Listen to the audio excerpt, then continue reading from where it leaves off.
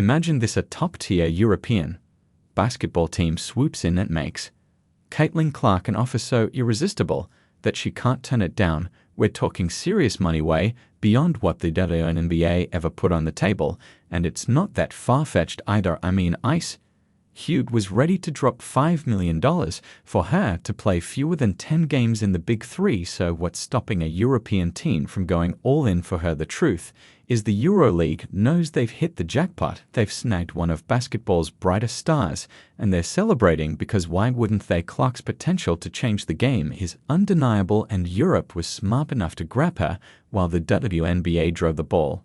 It's wild to think about. The WNBA had Caitlin Clark right in front of them, and they let her go. In fact, they might have even pushed her away. Now has news of her possibly earning more overseas breaks.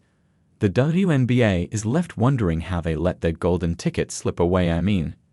Imagine telling one of the most marketable athletes in the game that she could make around $700,000.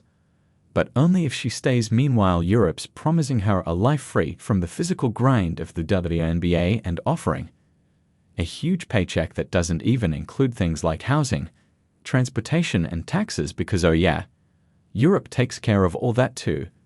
The WNBA just couldn't compete. Sure, they elevated their marketing, but when your best player is making less than $80,000 a season and is still pushing for the league's growth, despite it, something is fundamentally wrong. Europe, on the other hand, is offering a full season schedule, higher stakes, and stiffer competition, and Clark is more than ready for it. Can you really blame her for walking away?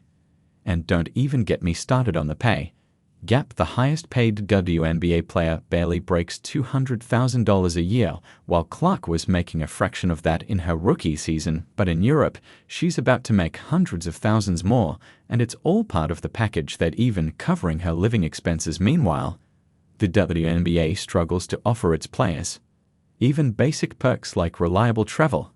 Clark's move to Europe is more than just about the money, though. Over there the game is intense. It's a different breed of basketball where the stakes are higher, the players are tougher, and the season runs from October to April. She's not just going to thrive, she's going to level up in ways the WNBA simply can't offer her right now. The funny thing is, Clark wasn't just a star player for her team, she was pulling in fans by the millions. Indiana Fever games were drawing over 1.18 million viewers per game, pushing up WNBA viewership by 142%.